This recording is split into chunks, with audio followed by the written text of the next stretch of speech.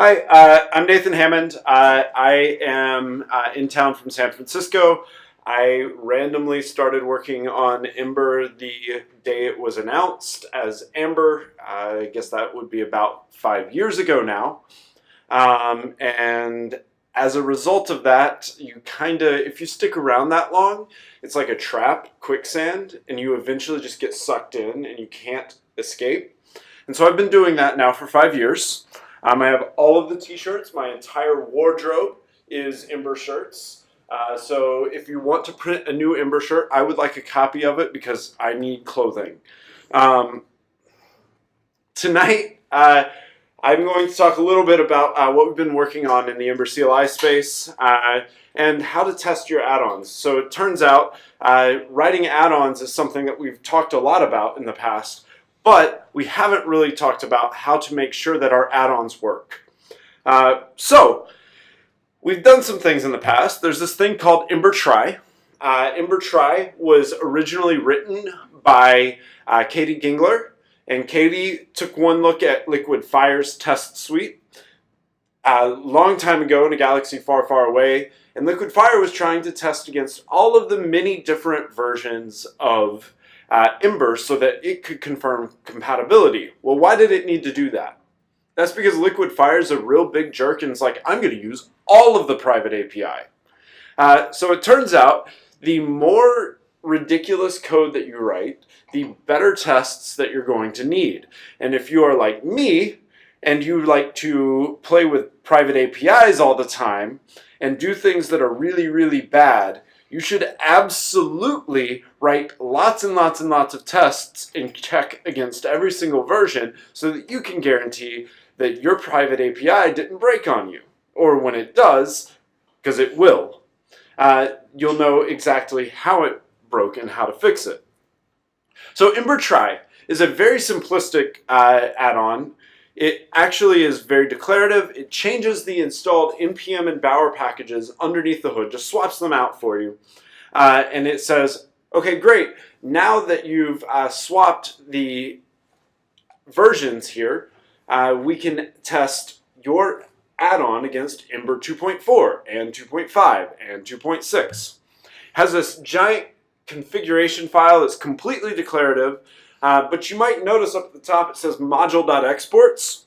So this is written in JavaScript. So you're able to investigate your current state in order to generate your declarative result. So you must return a POJO, but the ability to inspect, hey, am I on CI? What is my environment? What is the current Git status? All of these things can be interrogated to identify exactly the configuration that you're going to need. So you can do all sorts of really clever things with Ember Try. You can pass special options in. You're able to remove packages. You can't, or you can change their versions. You can shuffle things around. But there are a couple of things that people don't really know about. First off, did you know? How many people have written an add-on in this room? Okay, so what is an add-on? An add-on is a bundled piece of Ember code and technology that allows you to pull in an entire completed feature into your application without having to write a single line yourself. It's what gives us wings as a Ember community, if you will.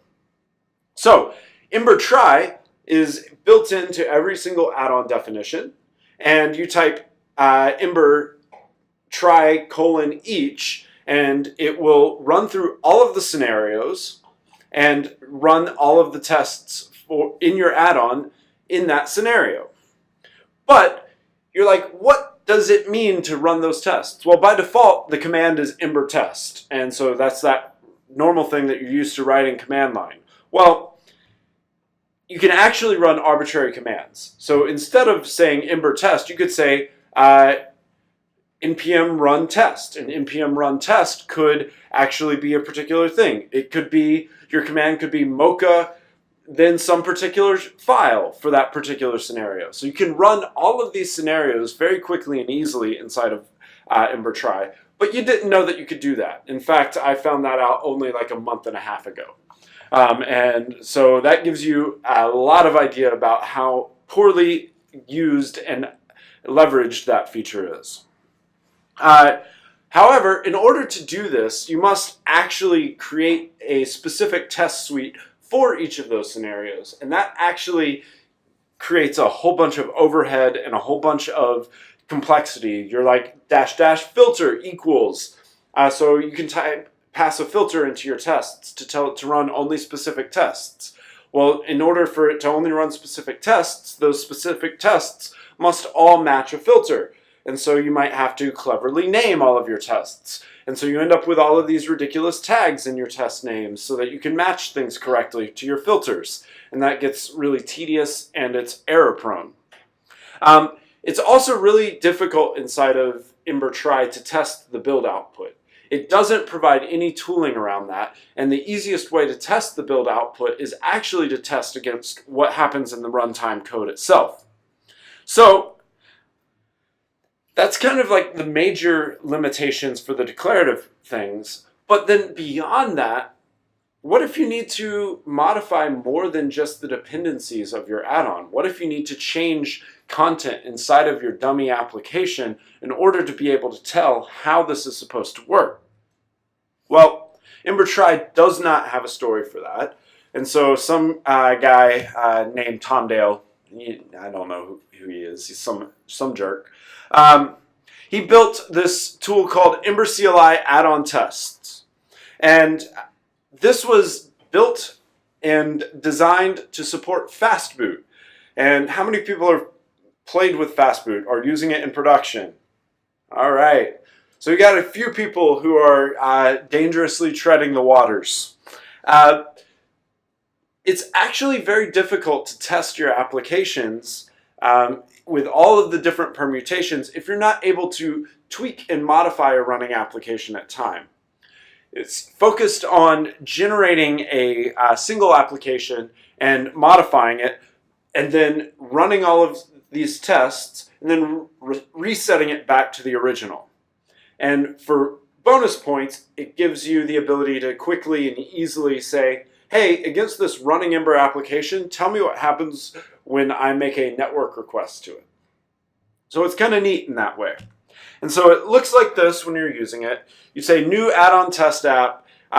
Everything is asynchronous. Everything returns promises. So you'd say return app.create dummy, and then start the server at the very end of it. You can see that the example is fast boot because it's stolen directly off of their add-on page, and they needed it for fast boot. And then you have a request for a particular file where you can assert against the contents. Now this gives you the ability to possibly test some of the built output. But if you were to request something that wasn't this, or you needed to know an entire directory structure, this really doesn't give you the same way. It's got an asynchronous API, which makes it really, really, really easy to troll yourself, especially in testing environments, because you forget to return that promise, and then you get all sorts of really ridiculous behavior, and you're like, why is this broken? And it's because you forgot 6 characters in one particular line that you just missed. It only generates one application at a time, and so between tests, it tears everything back down and sets it back to the pristine state. And it doesn't give you the ability to consistently mutate the state one step at a time, which would allow you to run your tests, make a change, run your tests, make a change, run your tests, which would be a quick and fast way to do it. Instead, it is build your fixture, run your tests, make a change, but that requires rebuilding your entire fixture again. And so it's a slow process. And so it's primarily focused, I had the wrong thing in head when I wrote this. It's not primarily focused on building tools. It's primarily focused on testing things that you need runtime state for. So another testing scenario that we've encountered, and this one I wrote for Ember Engines. So Ember Engines, who's using Ember Engines? Okay, another few brave individuals. Ember engines are a way to create an isolated set of code that you're able to load in asynchronously. Well, in order to load those isolated pieces of code in asynchronously, they must be generated as isolated pieces of code. Well, identifying exactly how those isolated pieces of code get combined and ordered and get generated is a very tedious process. And so you need the ability to say, hey, here are all of the possible outputs that I need from a engine's repo. So you're like, well, what happens when I include a lazy engine inside of an eager engine? What happens if I include an eager engine inside of an eager engine? What happens if I include a lazy engine inside of a lazy engine? What if I include a lazy engine inside of an add-on inside of a lazy engine?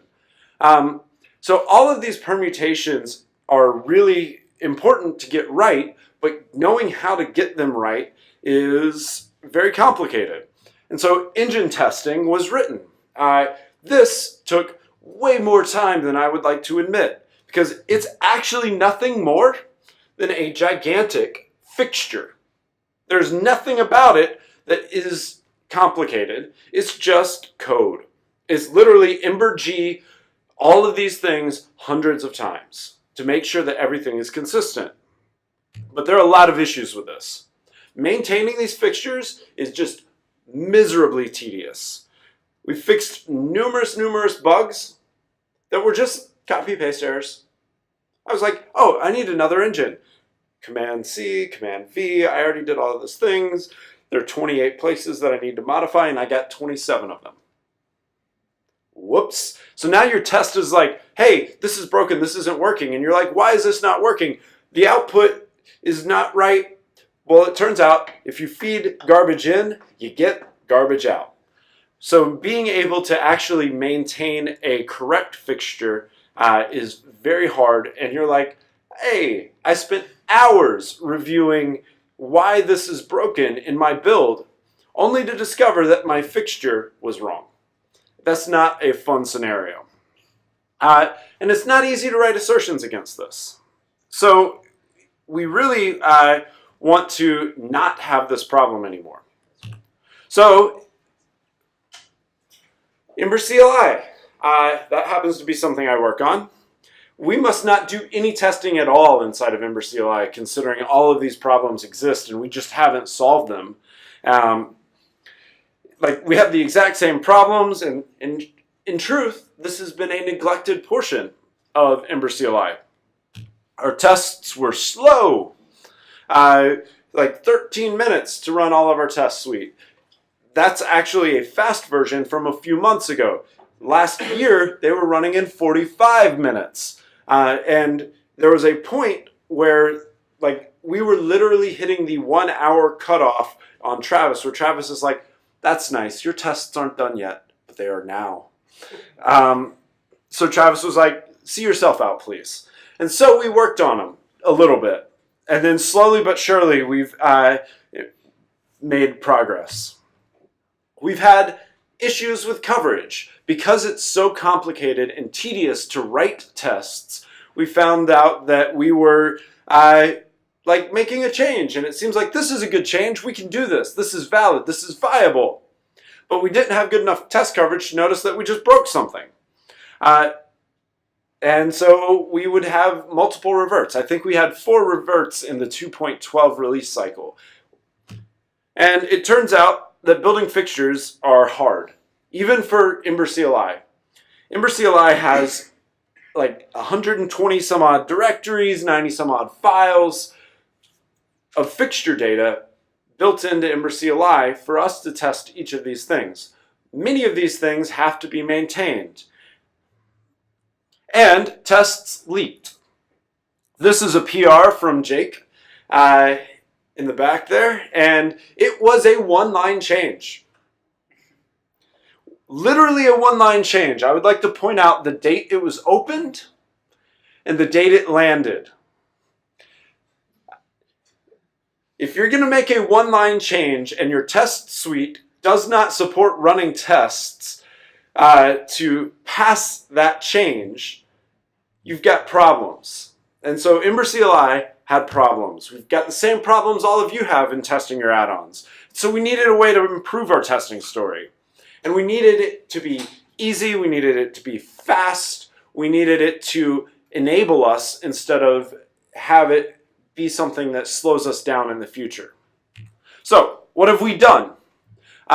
First, we adopted Yarn for CI. How many of you are using Yarn?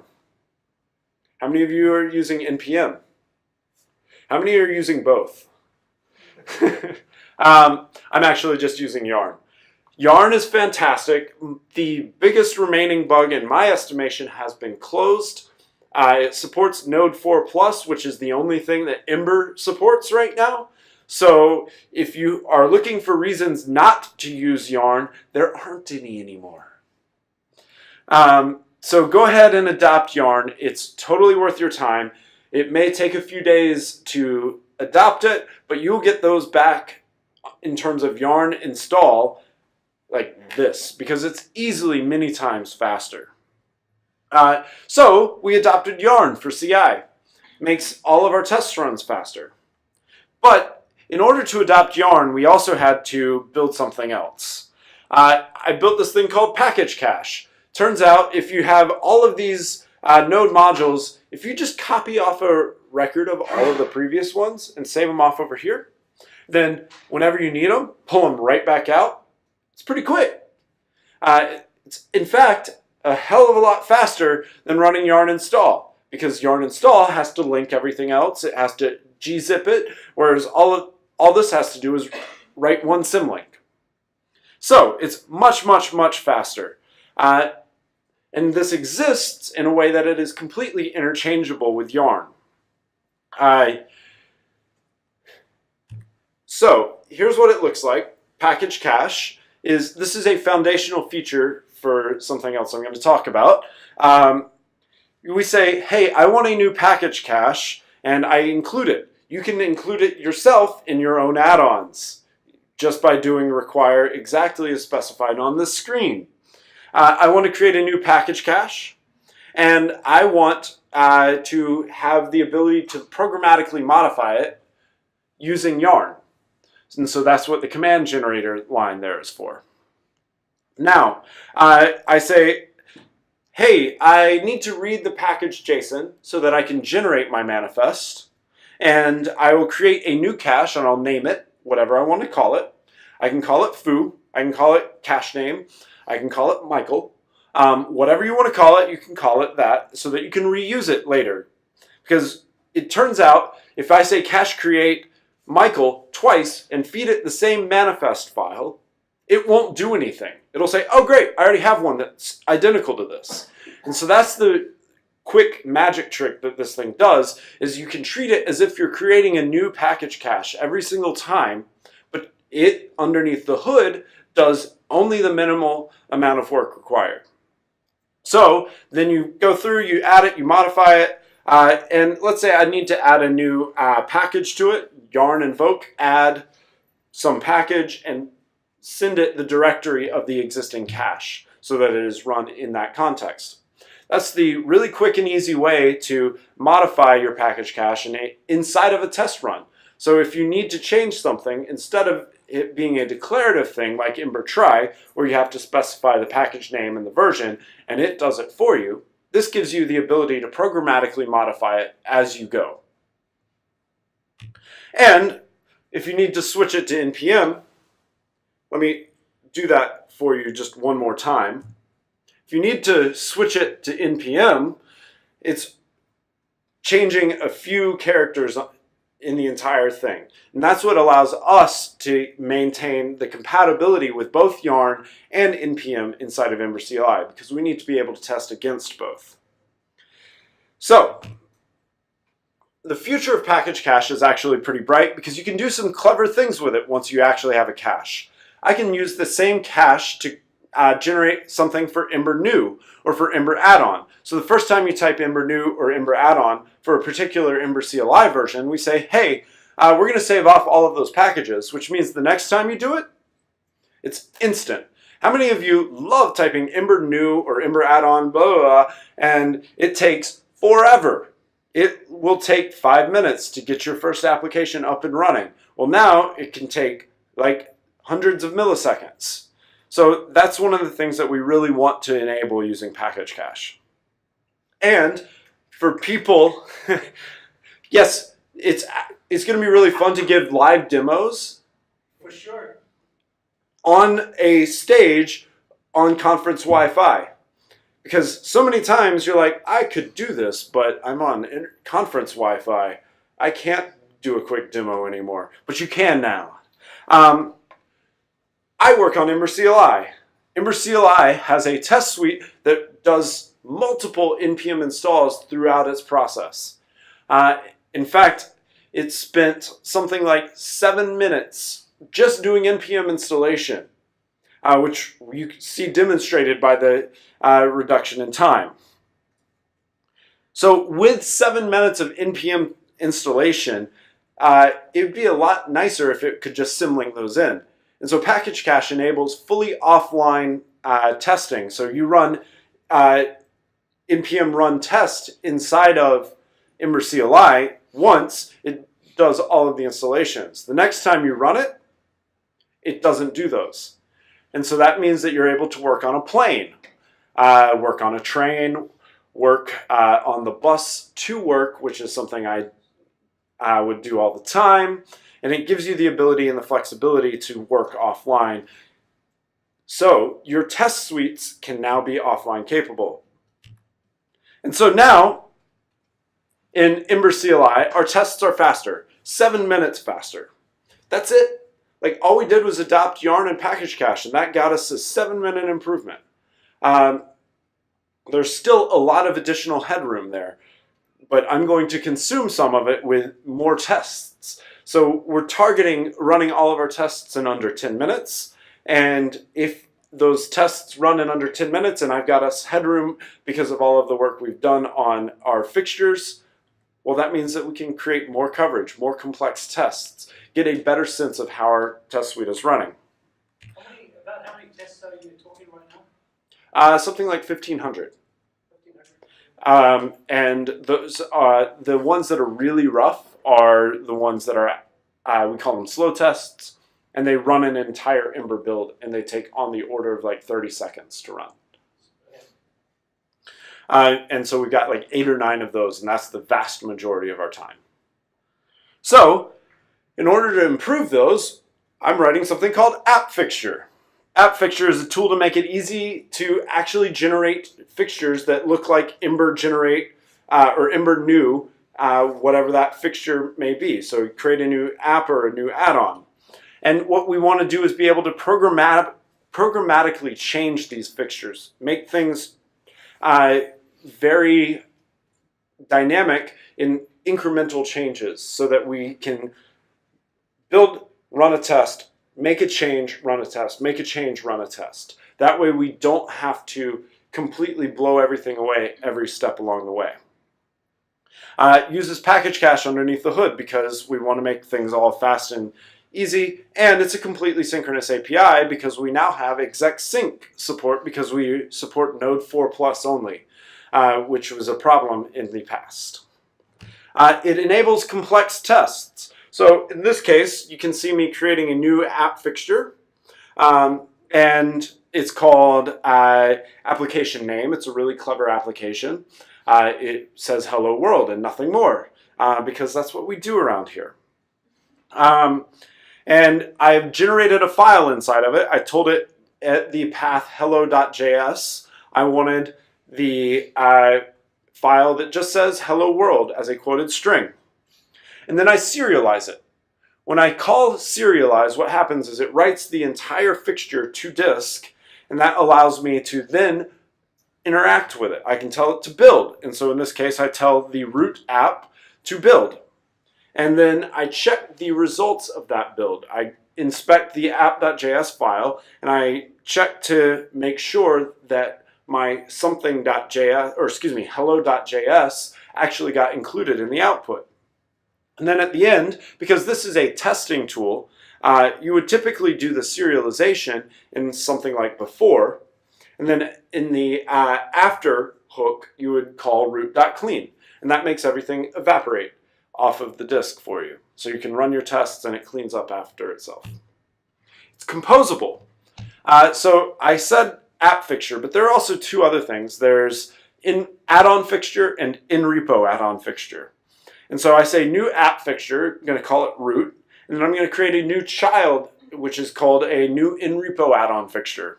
And I'll install a node module inside of the child, and it's Ember CLI Babel because there's going to be JavaScript inside of it, and I want to be able to transform that JavaScript from ES6 down to ES5. And I'm going to generate my very cleverly named Hello World file, which is clearly written in ES6. You see that? That is definitely ES6. So then I tell my root that I want to install my add-on fixture, and I serialize the root. I didn't say I had to serialize the child because it knows what to do. And in fact, if I didn't change the child, but I did change the root and I called root.serialize, it doesn't reserialize the child because it's lazy. And lazy is a good thing when it comes to computing. And so once you've done all of your serialization, you can run your assertions again. And it's performant. So I was talking about being lazy. This is the actual check inside of App Fixture. It says, hey, have I already been serialized? If so, stop. I don't need to do this again. And so that reduces your disk I/O. How many of you have Macs? Yes, every single one of you it looks like, which means that your solid state drives in there are getting chewed to pieces by Ember CLI and Broccoli. And this prevents disk I/O for you. The future of App Fixture is bright.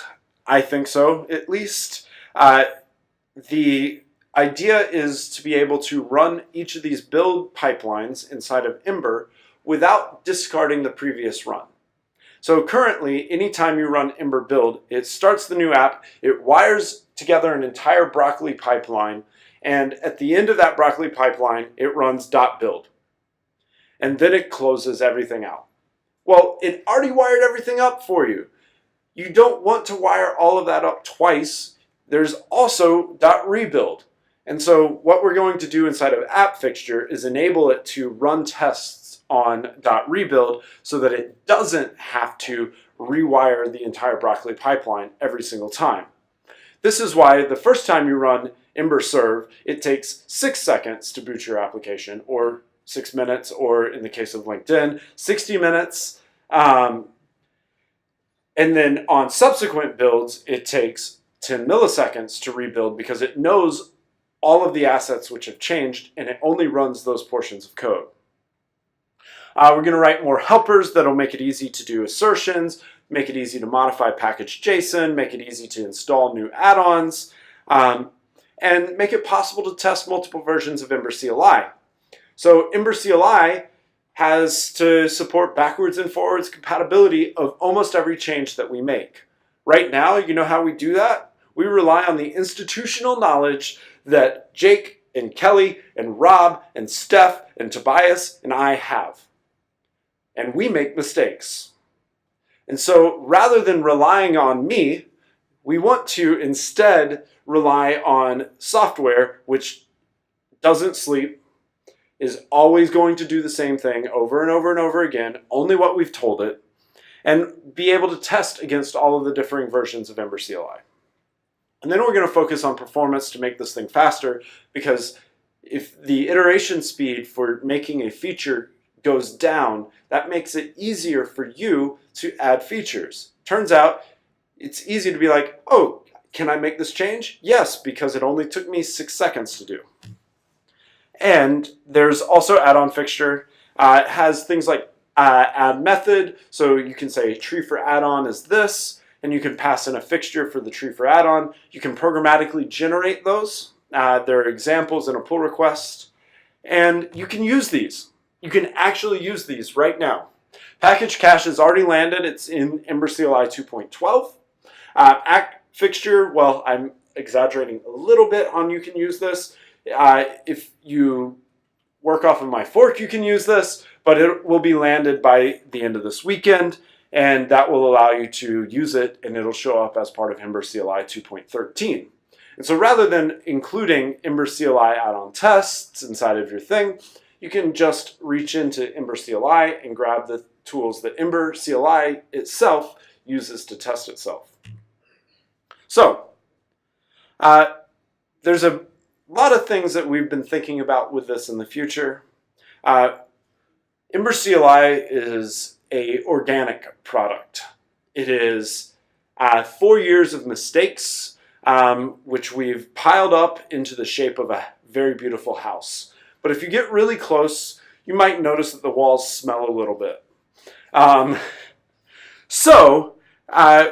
We've been trying to extract things.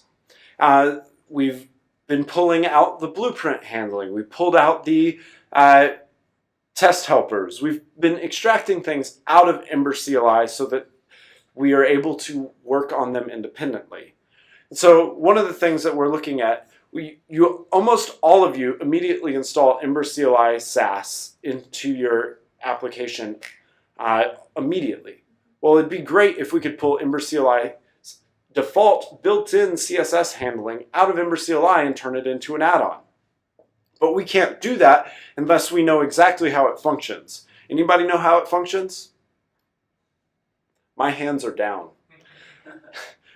None of us do. This is why we haven't done it.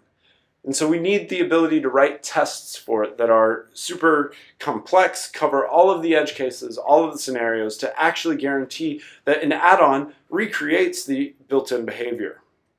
And we also really want to get to the situation where we can tree shake your entire application. And in order to do that, we need to rework our build. Well, we have no confidence in exactly how our build works for the exact same reasons, because it was built organically over decades. And decades, over 5 years. So there's a lot of things that we know work, and the definition of works is how it functions today. And as long as we don't change how it functions today, none of your applications will break. And so we need to specify how it functions today in our test suite. And so that's what we're doing with these tools, and what you can do with them as well.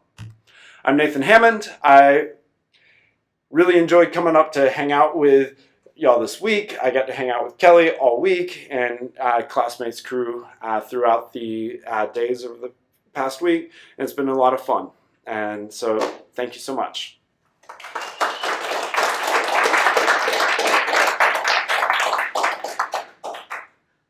I don't want to take questions. What? When you do an Ember install, will that actually do a yarn install instead of an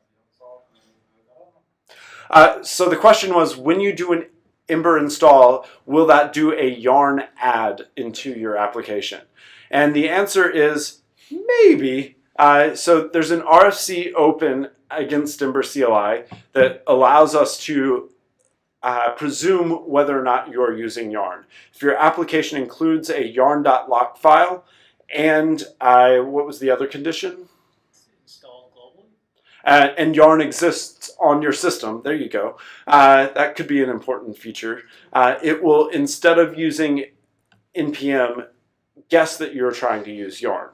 And there will probably be a configuration that you can set inside of your .ember CLI to tell it not to use yarn if you happen to be like in the process of adopting yarn and have yarn installed and yarn.lock, but you don't actually want to use it for some reason.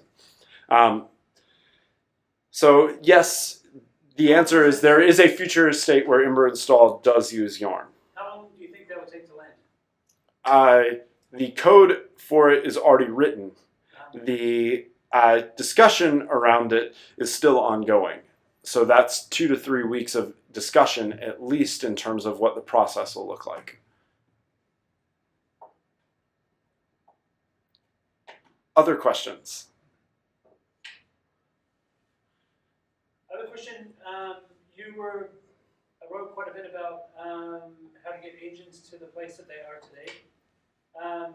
How did you get to a place to go, this is what's actually needed, and understand what needed to go into that long list of things? So we needed to identify which assets were required and which assets were not required at any point in an Ember application's lifecycle. That meant that we needed to know whether or not you had a particular route loaded, whether or not you had the controller for that loaded, whether or not you had the template. And all of these things, we needed to identify which borders you were allowed to cross. And so once we identified which borders you are allowed to cross and say, hey, this is a public asset, which means that it actually needs to be accessible all the time, versus this is a route or a utility which is only included inside of this engine, and we can guarantee that nobody accesses it. That is how we decided what we needed to bundle into the application locations. And so engines themselves provide a separate owner, which means that anything that you can't look up on the current owner inside of the context of the engine, you cannot use.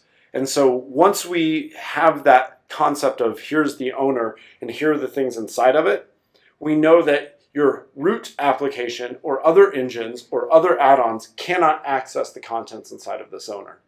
And so all of those assets we were allowed to bundle inside of the engine's assets. And then knowing that, we wrote a tool, which is inside of the Ember engines, and it's the build step that actually grabs all of those assets and puts them in the right place for you. That was a lot of reverse engineering. And we discovered new things as we went. We're like, oh, you can actually accidentally require this way. And so we had to fix bugs in terms of the engine's isolation story as we went. Do you have an idea of where engines are going to, what the roadmap looks like? The question was, do I have an idea of what the engine's roadmap looks like? And the answer is yes. We'll talk about that after because that's a much longer question. Okay, that's great. Ask you a question. Yes, Mr. Selden. There are two of those, but this one is Kelly. So I'm working on this add-on, and it's very small, and it's running in like 20 to 30 seconds on Travis. Mm-hmm. At what point do I have to start worrying about this kind of stuff? In terms of performance? Complexity, when do I have to start worrying about this yet? So I would say that the answer to that question is yes. You need to know whether or not your add-on works in fastboot. Do you actually add fastboot into your Ember Try configuration? Do you run custom tests inside of a fastboot environment to make sure that your add-on works functionally? Do you make sure that it plays nicely with other common add-ons, say like the top 10 add-ons inside of the Ember Observer list? The more complex the ecosystem gets, the more it means and the more work it takes as an add-on author to make sure that you are a good participant in the Ember community. And so, yes, you need to, even in your small little add-on that only does this one little thing, to write these tests to make sure that you cover all of the permutations in everybody's applications. That way, your new users will be able to be delighted on running Ember install, which installs via Yarn. That's a great question. All right. Thank y'all so much. Thanks, Nick.